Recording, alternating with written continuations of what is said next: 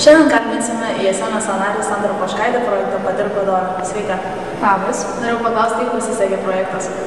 Iš tiesų manau, kad projektas buvo labai sėkmingas. Čia tiek iš moksleivių pusės galbūt, tiek iš studentų, tiek iš visų vadovų.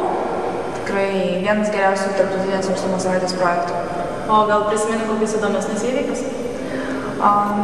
Iš tiesų projektas truko 3 dienas, tai pirmą dieną iš tiesų man atrodo buvo geriausia veikla team buildingas, kur moksleiviai atlikinėja įvairias užduotis tam, kad geriau susibendrauti, sukurti tą tokią šiltesnę atmosferą. Antrą dieną, tai manau, kad jiems buvo išskirtiniausia akimirka, tai 15 minučių redakcijoje, nes tikrai buvo daug gerų atsiliepimų, visi grįžo su tojom emocijom, kad wow, buvo įdomu.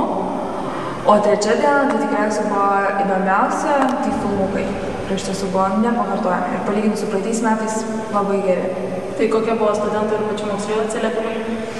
Moksleiviai atvažiavo tokie išsigandę, tokie atrodo tokia nežinia, o grįžo, ta prasme, paskutinę dieną sakė, kad tai buvo tikrai daugiau negu aš tikėjausi, kad tai buvo ir naudinga, kad kai kuriem tai padėjo apsispręsti, nes dauguma buvo 12-okų apie tolesnį jų ateitį.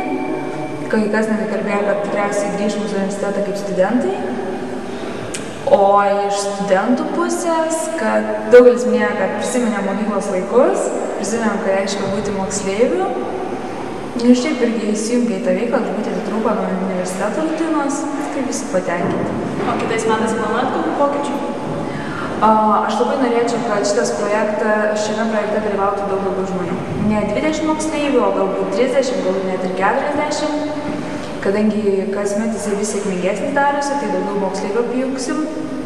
Ir manau, pati programa kis. Pati pagrindinė užduotis gal bus keičiama ir taip toliau. Tai linkiu sėkmės kitais metais. Čia buvo Rūta Čepaitė iš ISMS.